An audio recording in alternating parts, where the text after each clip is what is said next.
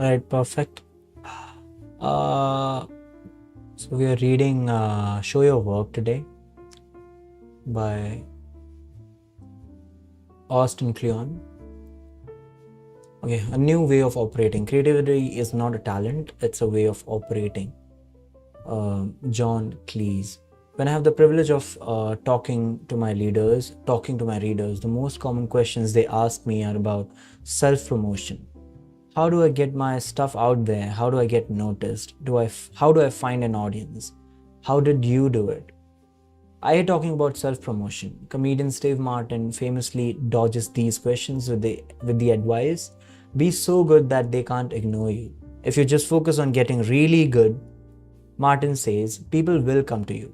I happen to agree. You don't really find an audience for your work. They find you, but it's not good, but it's not enough to be good. In order to be found, you have to be findable. I think there's an easy way of putting your work out there and making it discoverable while you're focused on getting really good at what you do.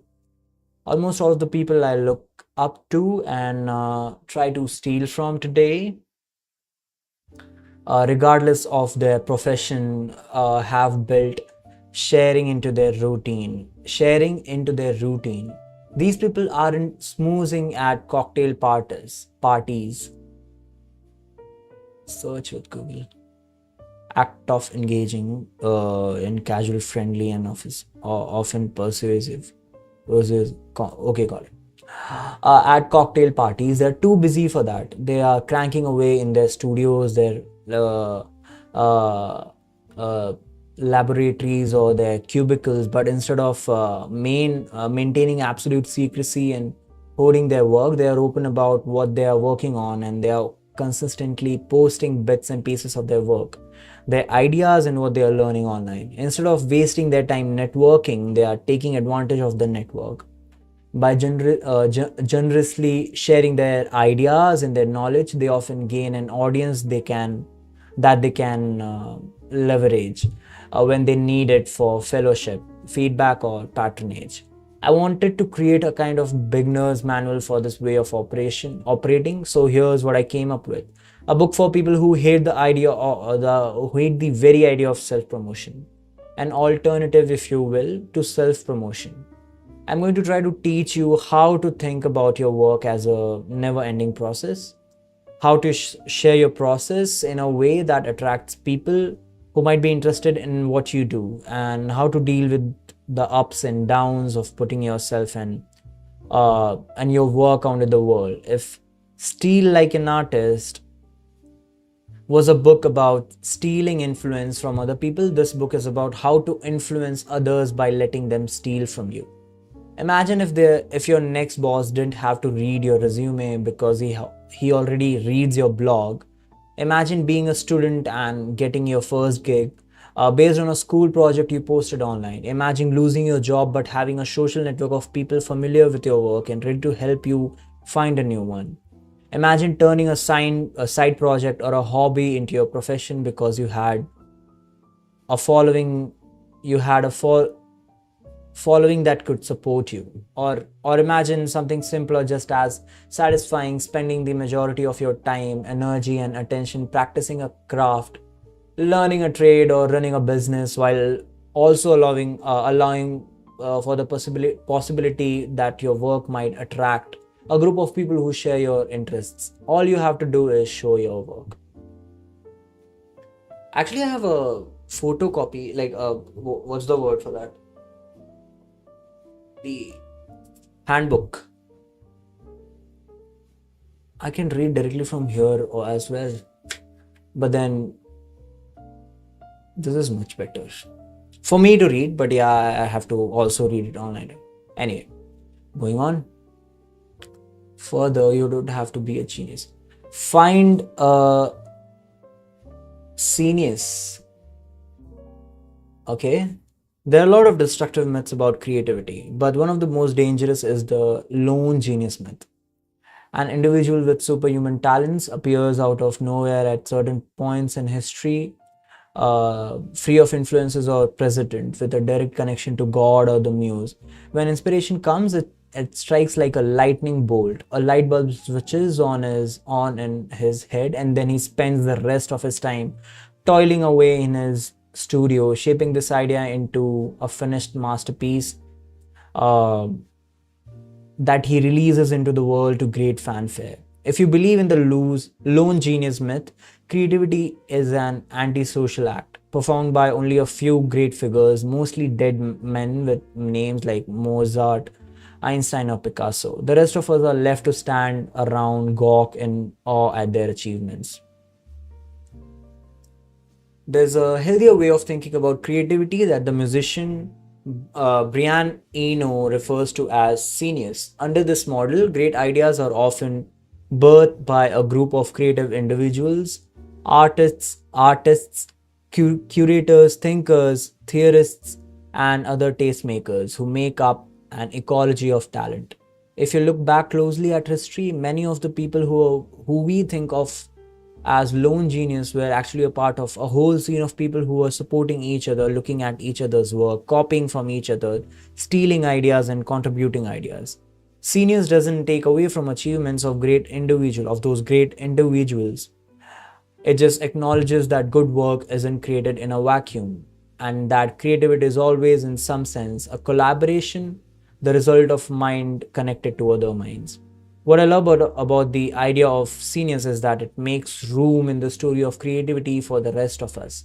The people who don't consider ourselves geniuses, being a valuable part of a genius is not necessarily about how smart or talented you are, but about what you have to contribute, the ideas you share, the quality of the connections you make, and the conversations you start. If we forget about the genius and think more about how we can nurture and contribute to a genius, we can adjust our own expectations and the expectations of the worlds we want to accept us. We can stop asking what others can do for us and start asking what we can do for others. We live in an age where it's easier than ever to join a seniors. The internet basically, internet is basically a bunch of seniors connected together, divorced from physical geography. Blogs, social media sites, email groups, discussion boards, forums, they are all the same thing. Virtual scenes where people go to hang out and talk about the things they care about. There's no bouncer, no gatekeeper, and no barrier to entering these scenes. You don't have to be rich, you don't have to be famous, and you don't have to have a fancy resume or a degree from an expensive school. Online, everyone, the artist and the curator, the master and the apprentice. What is this word? Look up. A person who is learning a trade from skilled employer having agreed to work for a fixed period at low wages. The expert and the amateur has the ability to contribute something.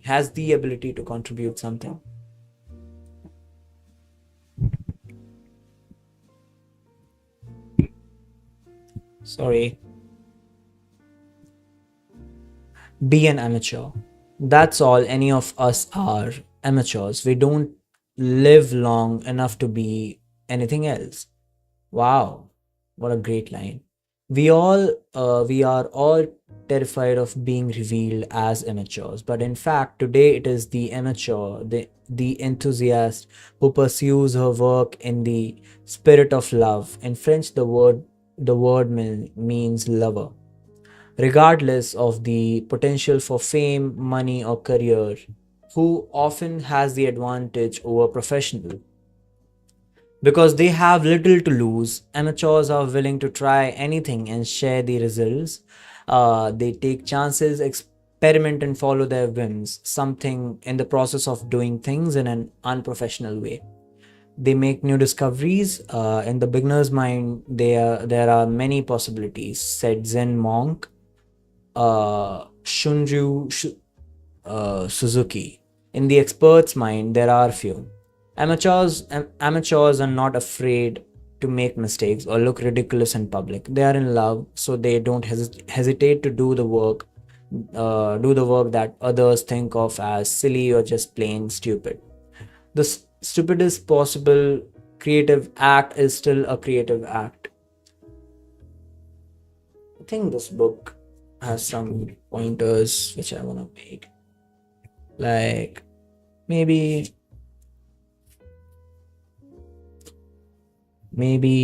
let's say, what's the book?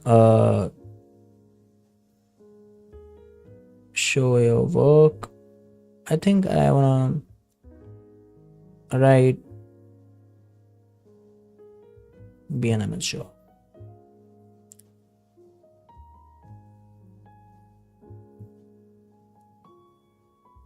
Okay, it's still a creative act, writes Clay Shirky in his book Cognitive Surplus. On the spectrum of creative work, the difference between the mediocre and good is vast. Mediocrity is, however, still on the spectrum. You can move from mediocre to good in increments. The real gap is between doing nothing and doing something. Amateurs know that contributing something is better than contributing nothing. Amateurs might lack formal training, but they are all lifelong learners, and they make a point of learning in the open, so that others can learn from their failures. Uh, Successes, failures, and successes.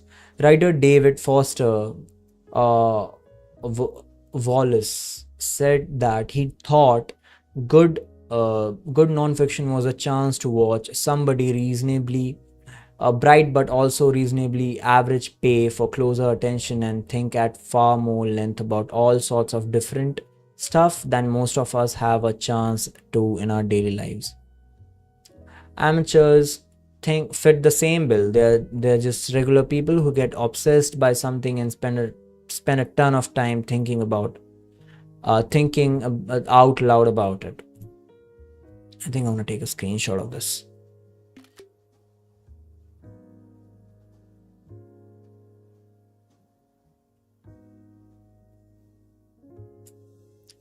Okay.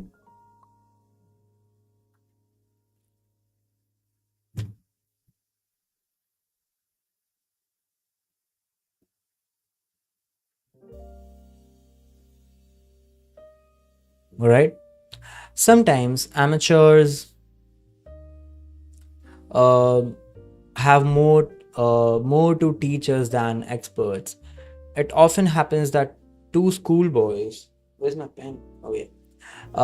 Two schoolboys can solve difficulties in their work for one another better than the master can, wrote author C.S. Lewis. The fellow pupil can help more than the master because he knows less. The difficulty we want him to explain is one he has recently met. The expert met it so long ago he has forgotten. Watching amateurs at work can also inspire us to attempt the work ourselves. I saw these Sex Pistols, said New Order frontman Bernard Summer. They were terrible. I wanted to get up and be terrible with them. Raw enthusiasm is contagious. The world is changing at such a rapid rate that it's turning us all into amateurs. Even for professionals, the best way to flourish is to retain that amateur spirit and embrace uncertainty at and the unknown. Uncertainty. How do we uncertainty? Uncertain. Uncertainty. Uncertain. Anyway, skipping that word. When Radiohead frontman Tom York was asked what he thought his greatest strength was, he answered that I don't know what I'm doing. Like one of his heroes, Tom Waits, whenever York feels like his songwriting is getting too comfortable or stale, he'll pick up an instrument he doesn't know how to play and try to write with it. This is yet another trait of amateurs. They'll use whatever tools they can get their hands on, try to get their ideas into the world. I'm an artist, man, said John Lennon. Give me a tuba and I'll get you something out of it. The best way to get started on the path to sharing your work is to think about what you want to learn and make a commitment to learning it in front of others.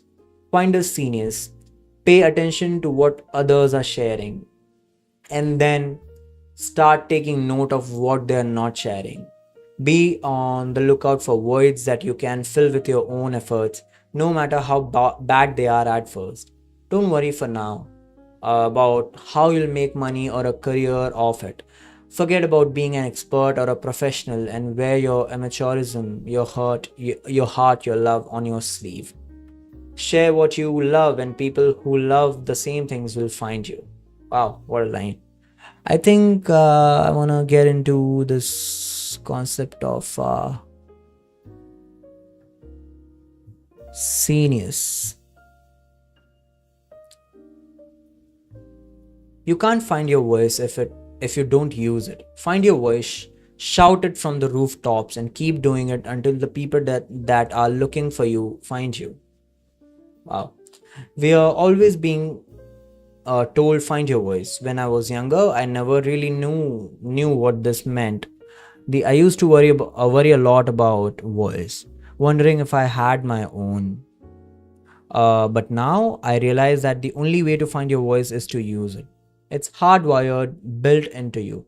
Talk about the things you love, your voice will follow. When the late film critic Roger Ebert went through several intense surgeries to treat his cancer, he lost the ability to speak. He lost his voice physically and permanently. Here was a man who made a great deal of his living by speaking on television, and now he couldn't say a word. In order to communicate with his friends and family, he would have to either scribble responses on a pad of paper or type on his Mac and have the awkward computer voice read it out loud through his laptop speakers. Cut off everyday conversation, he poured himself into tweeting, post to Facebook and blogging at robert.com. He ripped out posts at a breakneck speed, writing thousands and thousands of words about everything he could think of his boyhood in Urbana, and it is still Urbana. I don't know how to pronounce that. Illinois. His love for steak and shake, his conversations with famous movie actors, his thoughts on his inevitable death. Hundreds and hundreds of people would respond to his posts and he would respond back. Blogging became his primary way of communicating with the world. On the web, my real voice finds expression, he wrote. Questions for new tool. What time was it made for? Oh wow. Ebert knew his time on his planet was short and he wanted to share everything he could in the time he had left. Mr. Ebert writes as if it were a matter of life and death. Right journalist Janet Muslin. B because it is. Ebert was blogging because he had to blog. Because it was a matter of being heard and not being heard.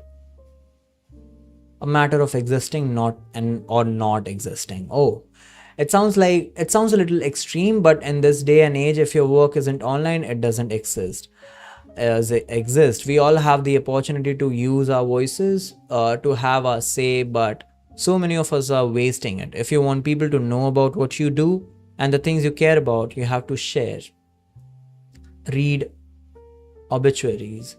Remembering that I'll be dead soon is the most important tool I have ever encountered to help me make the big choices in life.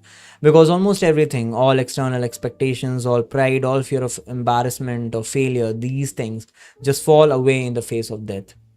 Leaving only what is truly important. Remembering that you're going to die is the best way I know to avoid the trap of thinking you have something to lose. You are already naked. If all of this sounds crazy, scary, or like a lot of work, consider this. One day you'll be dead. Most of us prefer to ignore this most basic fact of life.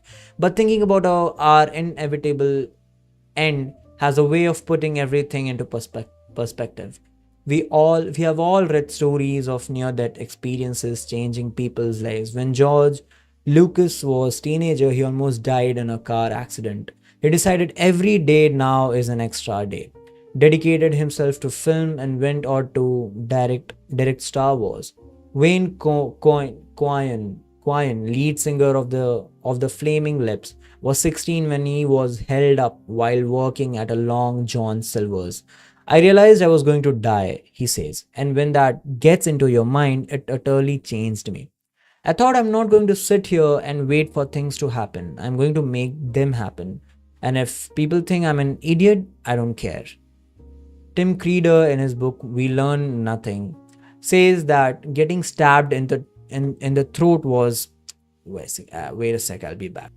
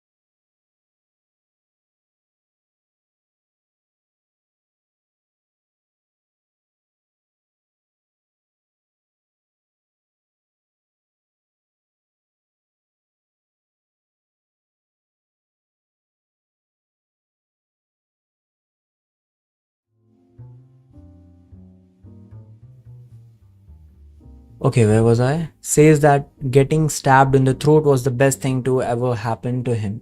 For a whole year he was happy and life was good. You'd like to think that nearly getting killed would be a permanently life altering or altering experience. Reader writes about, but the illumination didn't last. Eventually, he was back to the busy work of living.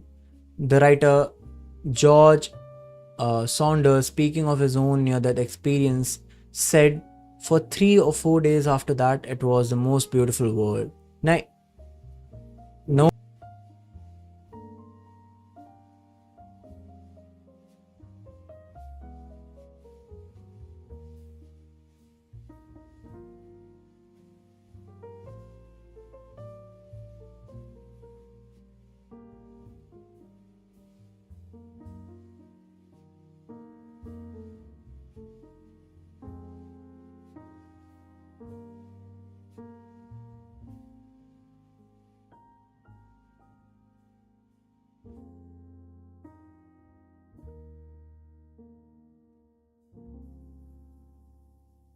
Okay, to have got uh, it was the most beautiful world to have gotten back in it, you know. And I thought if you could walk around like that all the time to really have that awareness that it's actually going to end, that's the trick. Unfortunately, I'm a coward, and as much as I would like the existential euphoria that comes with it, I don't really want a near death experience. I want to stay safe and stay away from death as much as I can. I certainly, अरे यार, I find it hard to pronounce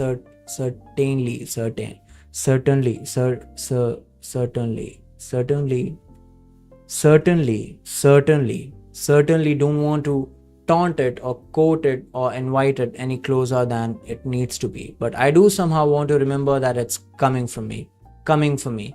It's for this reason that I need the obituaries every morning. Every morning. Wow.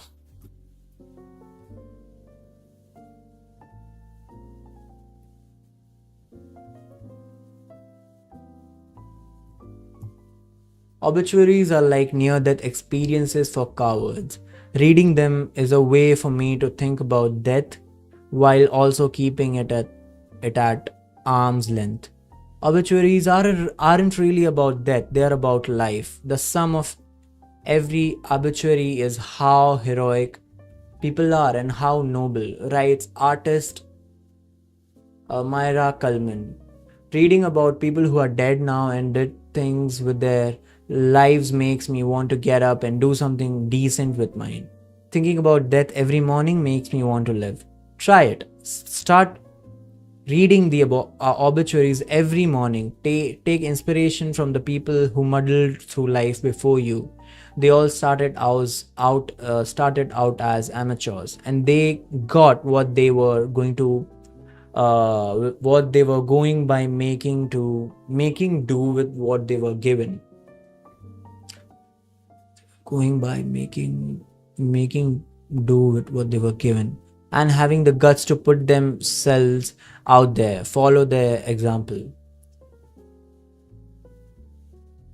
Think process, not product. A lot of people are used to just seeing the outcome of work. They never see the side of the work you go through to produce the outcome. Michael Jackson. Oh wow. When a printer talks about her work, she could be talking about two different things. There's the artwork, the finished piece, frame and hung on a gallery wall, and there's the artwork. All the day-to-day stuff that goes on behind the scenes in her studio, looking for inspiration. When a painter, I read it at printer. My God. Behind the scenes in her studio, looking for inspiration, getting an idea, applying oil to a canvas, etc. There's painting the noun and there's painting the verb. As in all kinds of work, there's a distinction between the painter's process and the products of a process. Traditionally, the artist has been gained to regard her creative process as something that should be kept to herself. This way of thinking is articulated by David Bales and Ted Orland in their book Art and Fear. To all viewers but yourself, what matters is the product, the finished artwork. To you and you alone, what matters is the process, the experience of shaping the artwork. An artist is supposed to toil in secrecy, keeping her ideas and her work under lock and key, waiting until she has a magnificent product to show for herself before she tries to connect with an audience. The private details of art making are utterly uninteresting to audiences. Write Bales and Orland because they are almost never visible or ever knowable from examining the finished work. This all made sense in pre-digital age when the only way an artist could connect with an audience was through a gallery show or write-up in some fancy art magazine. But today, by taking advantage of the internet and social media, an artist can share whatever she wants at almost no cost. She can decide exactly how much or how little of her work and herself she will share, and she can be as open about her process as she wants to. She can share her sketches and works in progress, post pictures of her studio, or blog about her influences, inspiration, and tools. By sharing her day-to-day process, the things she really cares about, she forms a unique bond with her audience. To many artists, particularly those who grew up in the pre-digital era, this kind of openness and potential vulnerability, this is another word I find hard to pronounce. Vulnerability. That goes along with sharing one's process is a terrifying idea. Here's the author Edgar Allan Poe writing in 1846. Most writers, poets, and especially special prefer having it understood than that they compose by a species of fine frenzy and aesthetic intuition, and would positively shudder at letting the public take a peep behind the scenes. Ecstatic behind the scenes.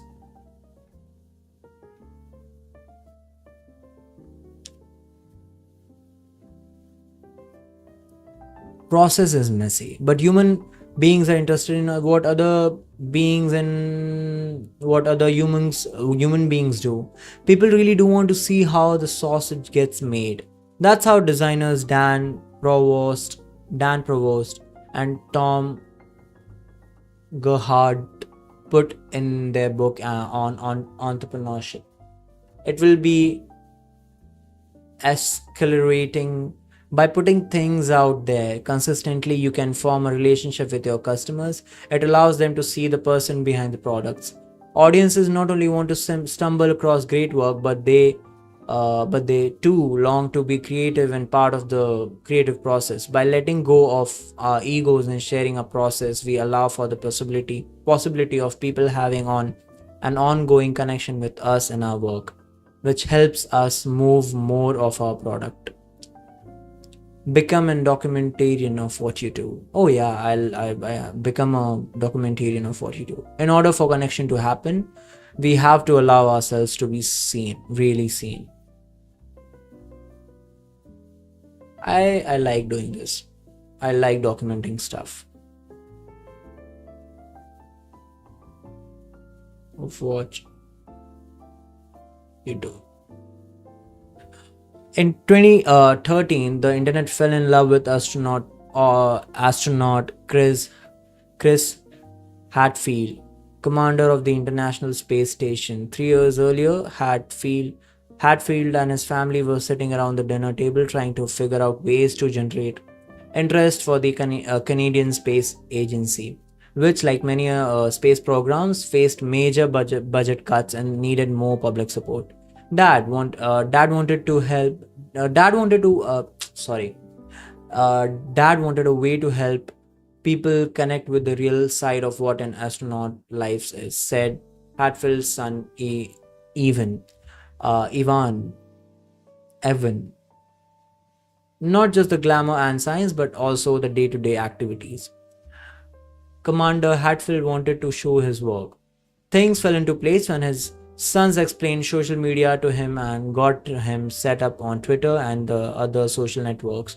During his next 5-month mission, while performing all his regular astronautical duties, he tweeted, answered questions from his followers, posted pictures he had taken of Earth, recorded music, and filmed YouTube videos of himself clipping his nails, brushing his teeth, sleeping, and even performing maintenance on the space station. Millions of people ate it all up, including my agent Ted, who tweeted wouldn't normally watch live video of a couple of guys going plumbing repair, but it's in space. Now let's face it, we are not all artists or astronauts. A lot of us go about of our work and feel like we have nothing to show for it at the end of the day. But whatever the nature of your work, there's an art to what you do, and there are people who would be interested in that art if only you presented it to them in the right way. In fact, sharing your process might actually be most valuable if the products of your work aren't easily shared. If you're still in the apprentice stage of your work, uh,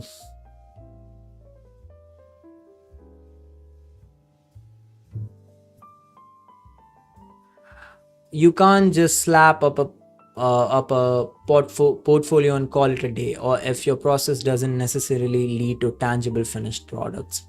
How can you show your work even when you have nothing to show? The first step is to scoop up the scraps and the residue of the process and shape them into some interesting bit of media that you can share. You have to turn the invisible into something other people can see. You have to make stuff, said journalist David Carr when he was asked if he had any advice for students. No one is going to give a damn about your resume. They want to see what you have made with your life little fingers. With your own little fingers. Become a documentarian of what you do. Start a work journal. Write your thoughts down in a notebook or speak them into an audio recorder. Keep a scrapbook. Take a lot of photographs of your work and different stages in your process. Shoot video of you working. This isn't about making art. It's about simply keeping a track of what's going on around you. Take advantage of all the cheap, easy tools at your disposal. These days, most of us carry a fully functional multimedia studio around in our smartphones. Whether you share it or not, documenting and recording your process as you go along has its own rewards. You'll start to see the work you're doing more clearly and feel like you're making progress. And when you're ready to share, you'll have a surplus of material to choose from.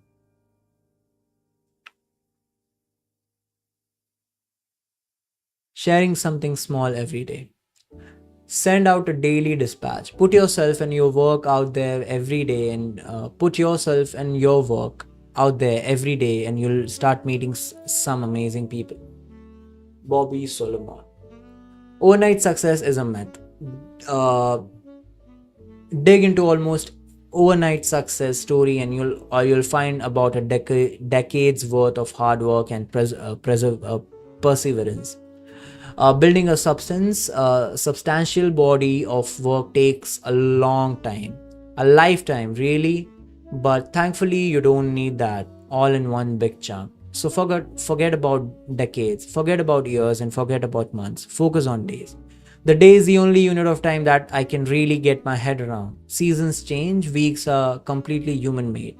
But the day has a rhythm. The sun goes up, the sun goes down. I can handle that. Once a day, after you have done your day's work, go back to your documentation and find one little piece of your process that you can share.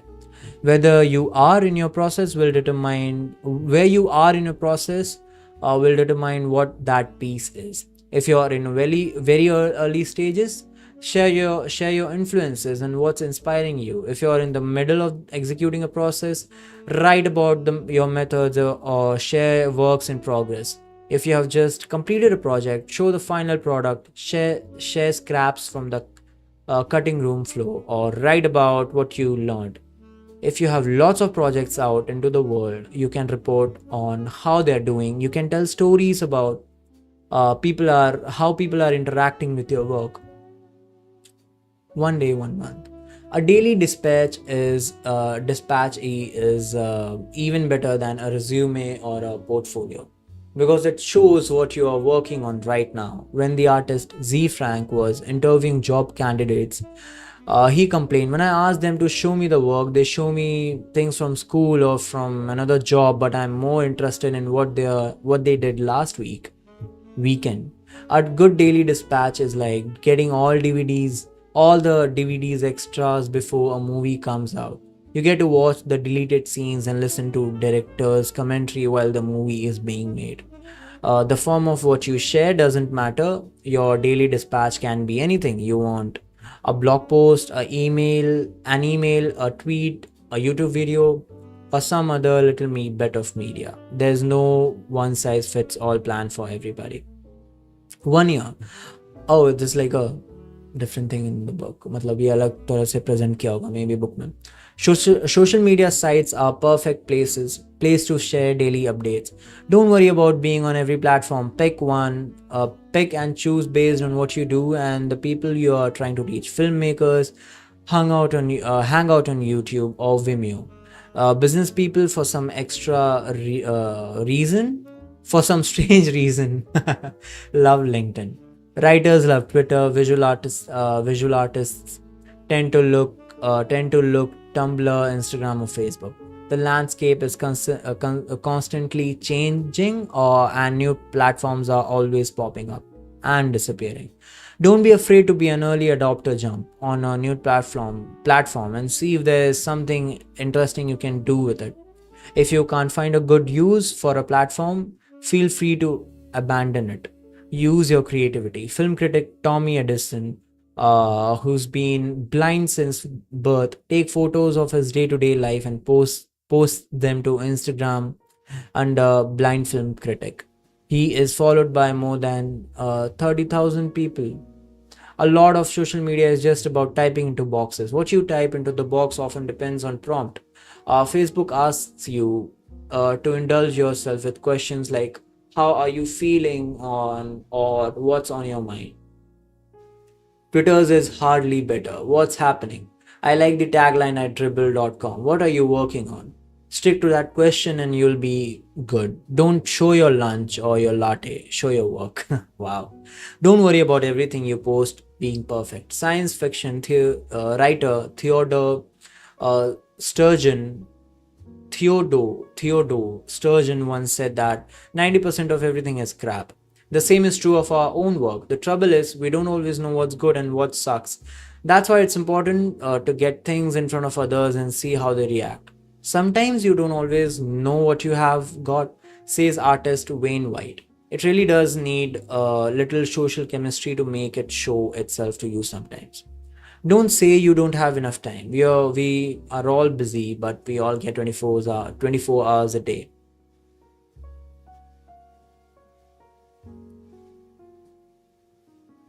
People often ask me, how do you find the time for all this? And I answer, I look for it. You find time the same place you find spare change, in the nooks and crannies.